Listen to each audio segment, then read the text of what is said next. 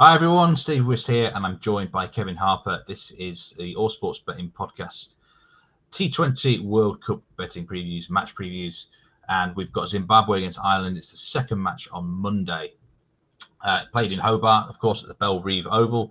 So, Kev, this is going to be a match that's basically playing on the same pitch as the West Indies-Scotland match, you'd expect. Yeah, same pitch. Yeah, they won't have time to prepare another one. What they'll do is they'll probably prepare two pitches. They'll use one for this game, this double header, the other one on Wednesday, and then they'll go back to this one on Friday. Similar weather conditions expected here in Hobart for the second match. It's going to be cloudy all day. Of course, the thing to mention here, this is a day-night game, so I don't know how dew or something. I don't know. I'm not a weather expert with that sort of thing, but I don't know whether the day-night, and it's going to be cold as well. Potentially down as low as 10 degrees by the end of this one. Will that have any potential difference or not? Or is it just not? It's more of a negligible thing. Yeah, I'm not an expert on dew, but I'm pretty sure it's the mixture of extreme heat going down to very cold, and it's not going to be hot at all. So no. I'm assuming there won't be no dew. There was no dew in Geelong on Sunday, so expecting the same here. And also, it's by the sea, isn't it? So I don't think I don't think the dew's too much of a factor. Certainly in the Big Bash, it never is. All right, so let's have a look at the odds for this game then, and it's a real pick-em, isn't it? The bookmakers can't really separate either team. Ireland are the slight favourites, but in general, this is one of those. It looks like an absolute toss-up. We're going to start with Ireland then. I know, let's check them out in the Group B preview show, and I know you're not too high on them. We're on them actually not to win a game, so hopefully Zimbabwe get the job done here. But you don't think they're in particularly great shape heading into this tournament, do you? No, if we weren't on that bet, Steve, I'd be on Zimbabwe in this match. But we are on it, so we're effectively on Zimbabwe anyway, aren't we? So no need to back them twice. If you're not on that, if you missed out on that, but the market is still there. But if you can't get on that, certainly it's worth getting on Zimbabwe in this one. Yeah, you're right. I don't particularly like Ireland going into this game. The positive that Ireland had this summer is they played an awful lot of big sides. They played India, they played South Africa, they played New Zealand, they played Afghanistan. So 4 test playing nations. The downside was they won no games apart from against Afghanistan and took a few beatings along the way. I mentioned in the Outright Preview podcast that one of their key bowlers, Craig Young, went down with a stress fracture a week before the tournament. They have flown in his replacement, Graham Hume, but he's only played 2 or 3 T20 internationals, so he's quite inexperienced. So I also mentioned in that preview that they are heavily reliant on Josh Little with the ball. And one of their key batsmen in Paul Sterling is bang out of form at the minute. He might come good. He's that kind of player. It only takes a couple off the middle of his bat to get him back into form. But he'd need to be in form for me to trust them, really, because he is such a talisman for them at the top of the order. If he fails, they can get stuck quite quickly. On to Zimbabwe then. And you think there's half a chance they could actually qualify from this group, don't you? I do, yeah. I think they're very good. They're a young side. They're an improving side. They've got one of the most astute coaches in world cricket in David Houghton. Seems to always do a good job whenever he's Zimbabwe manager. He led the kind of Derbyshire sort of revival, if you like, before Mickey Arthur took it over this season. So pretty good, very good with the young coaches. Really impressed that they played an ODI series in Australia ahead of this series. Obviously, they weren't going to get a T20 series against Australia, but they took advantage of the schedule. Got an ODI series, so they'll know all about the conditions. They were in pretty tough batting conditions, and as I said in the outright preview, they won one of the 3 games against a strong Australia side. So that in itself will give them confidence, albeit in a different format here. I don't see them having an awful lot to lose. I think in 2 years' time they're going to be better than they are now, but they can certainly be competitive in conditions that shouldn't be too alien to them. On to the match bets then, and you would say you think Zimbabwe are going to win this game. You're not going to back them because we're on this island not to win a fixture, but you wouldn't want to put off anyone taking that even money or a little bit more on Zimbabwe, would you? No, not at all. No, I think the odds are the wrong way around here. I think if Zimbabwe were the Irish odds, that's probably the level where I wouldn't be interested. That's probably about right for Zimbabwe.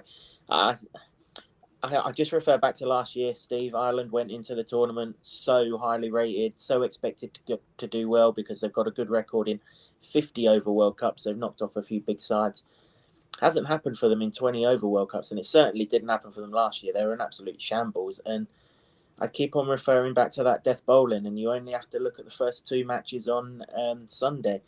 Sri Lanka went round the park at the death, and they couldn't bring it back, and UAE couldn't get going at the death, and ultimately they went down by second to last ball. So it's massive in this tournament, death bowling, and Ireland's is a mess.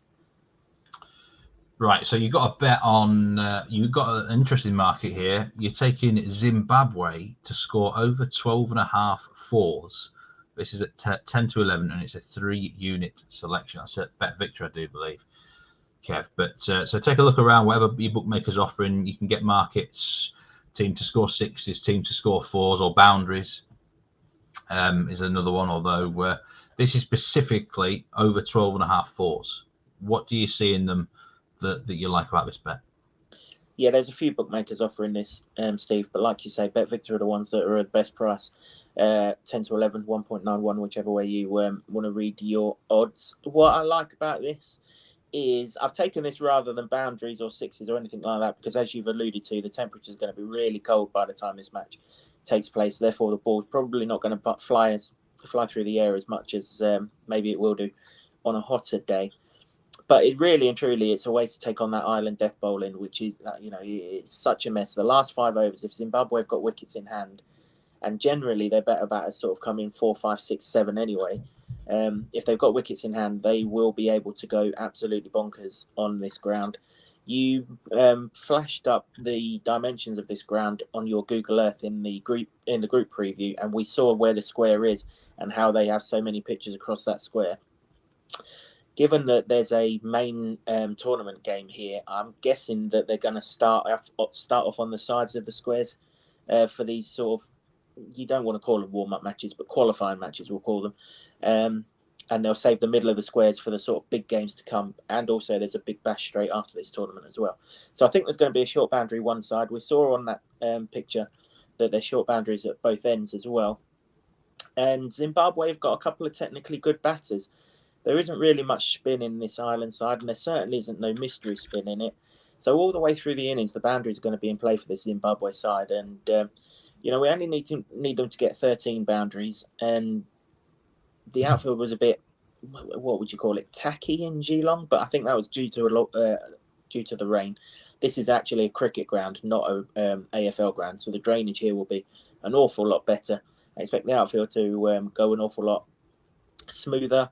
And in these conditions, I just fancy Zimbabwe, having had a taste of conditions in Australia in that ODI series, to get going with the bat. And I don't think this is a particularly big line. An awful lot of matches in this tournament, you'll see sides hitting 24s and an average of 1 and over. We don't need that here. So even if Zimbabwe can get off to 2 or 3, maybe 4 in the power play, then they can just nudge it around and cover this line. Is the danger here if sort of Zimbabwe bowled first and really skittled Ireland? But, you kind of want Zimbabwe to bat first, really, for this bet, I guess, wouldn't you? I mean, that is the danger. You're absolutely right. But also on the flip side of that, you're assuming that you're saying that they bat first and bowl. Sorry, they bowl first and bowl Ireland out cheaply. But if they do that, then there's a good chance that they're going to get their skates on, because there's rain on the last day of this group, and that forecast hasn't changed. So I'm guessing that there is going to be rain on the last day of this group. Mm-hmm. So if they can get ahead on the run rate, it could easily come down to net run rate with 2 matches in each team here. So even if they're chasing a low score, they might just shove someone up the order, Steve, to get on with it and get them ahead of the rate and see if they can really do that run rate some damage. We're going to move on to the top batsman market now, because you've got a monster price here on the top Ireland batsman. You're going with Mark Adair at 80 to 1 to top score for Ireland here. Now, first of all, what number do you think he's going to be batting at? And explain. I mean, this is a huge for those watching him. I think 80 to 1. That is a massive price for anyone to top score in any T20 match. It's the sort of price you'd expect on, Chris Martin back in the day, or you'd even expect him to be no bigger than 50s. Really, it's a T20 game, so this is intriguing. Is he like a number 10 or something, or what? I mean, no, he'll bat no lower than 8. We might sneak him in at 7. Yeah, in the summer. In the summer, he batted a couple of times at 7, but generally he's 8. But it's those exploits in the summer that interest me, particularly the series against New Zealand. And I'm only going to use that one because New Zealand played a pretty strong bowling attack. India didn't take a strong bowling attack there, and South Africa were rotating their bowling attack when they went. Plus, the South Africa series was at Bristol anyway. 3 games they played against New Zealand. He batted at 8 in all 3. He scored 25, 27, and 37 not out in those 3 games. Now, that's at number 8. And they came off of 20 balls, 22 balls, and 15 balls. That 37 not out of 15 balls included 4 sixes. So when he presses the button, he can launch Reggie Biffington mode. And the Zimbabwe bowling, its strength is kind of its spin in the middle overs. So if he can come in at the right time, play himself in towards the latter end of that spin, he might be able to do some damage at the end of it. Those 3 efforts, the 37 not out and the 25, they saw him come second. The 25, he was second in the order to Paul Sterling. And the 37, he was second to the other opener who scored 40 in that match. But the 25, that was a top score at number 8. So he's got previous in this. And I just think, if Paul Sterling still struggles at the top and 1 or 2 others kind of feel a pressure a little bit at the top of the order, who haven't had many innings in Australia, bearing in mind that Ireland have only played 1 warm-up match in Australia and they lost that. There might just be 1 or 2 that are sort of underdone, and someone down the order, free wheeling, swinging from the hip, can just come in and maybe clear the ropes 2 or 3 times. And as we saw with that Holland UAE game, I think Holland's top score was 21, wasn't it? So it doesn't necessarily take, and also Sri Lanka's top score was 27, I think. So you're not always after 40s, 50s, and 60s to top score in T20 cricket. So if the stars align and Zimbabwe can do some damage at the top, this guy might be able to take advantage of it at the end. It is a long shot. He is batting at number 8 for a reason. Bowling is his main suit, but he can put the ball on the middle of the bat. And if he does it a few times, you just never know. And I've got a funny feeling at some point in the early stages of this group, there's going to be someone down the order who clubs a few and gets the top score. So I'm hoping it's him. And as I say, he's had previous already this summer, so it's not like he's a complete no-hoper. Yeah, it's 80-1 with Betfred. Standout price. Ladbrokes and Coral only offering 25-1, so they might be more on the mark. Really, what is just sort of a fair price for this lad? He's already been backed a bit of blue there at Paddy Power and Betfair. So get on this lad, Betfred. I don't think that 80-1 will be existing at kickoff, to be honest with you, because I think a few might be listening to you here, Kev. But quick thoughts on the top home batsman. Well, I say home batsman, the Zimbabwe batsman here. Is there anyone that catches your eye in this market to potentially top score for them? The best batter in this side is Sikandar Raza, but I'm not really, because Zimbabwe only played 1 T20 game as a warm-up game.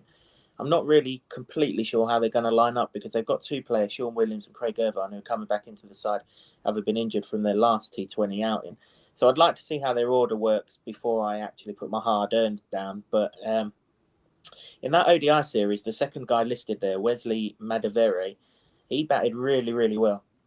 Had a really good technique against Mitchell Starc, against Josh Hazlewood. He ain't facing either of those in this match. So maybe at 7-2, he's the one to sort of anchor the innings.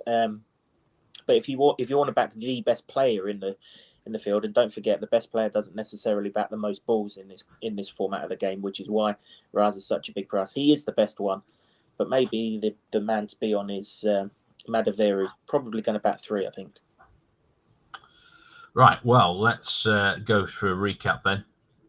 And that Mark Adair top batsman pick was a half unit selection, and also you've got Zimbabwe score over 12.5 fours at that's a 3 unit selection at 10-11. So all things considered, hopefully this is going to be a fairly high scoring game.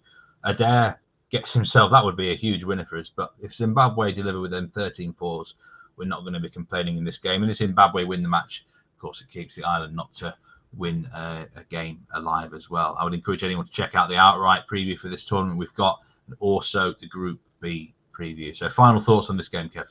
Yeah, just before we go, Steve, let's just clarify to anyone new to cricket betting, those fours have to come off the bat. no bat or gloves. So they basically have to go two-way batsman. No leg byes count in that market. So it has to actually be a 4 that a batsman hits. But 13 of those perfectly within reason. Like you say, let's hope Highland slip up. If there's rain around on Friday, then we're basically on 5-1 for them to lose their second game, aren't we? So fingers crossed that happens. Fingers crossed Zimbabwe look good. Fingers crossed Ryan Bell can take a couple of wickets for that big price outright runner that we've got for them as well. And I'm hoping for better cricket here, Steve. I wasn't particularly impressed with that Geelong pitch. Hobart should be good. We should get some decent cricket, and I hope so, because I'll be falling asleep otherwise. Well, I was watching those matches in Geelong, and I was thinking I want to be getting on the under run lines going ahead, because it just, I know it's not been easy there with the weather, but I am hoping for a bit. Don't get me wrong, it was an exciting, tense finish, and we were on a bet, but from a neutral's perspective, a purist perspective, it was like the dog's dinner, wasn't it, really? So let's hope this pitch comes off the bat a bit better. But best of luck, whatever you're taking. We'll be back for the next set of previews from Geelong on Tuesday. Take it easy, stay safe, and cash those winners.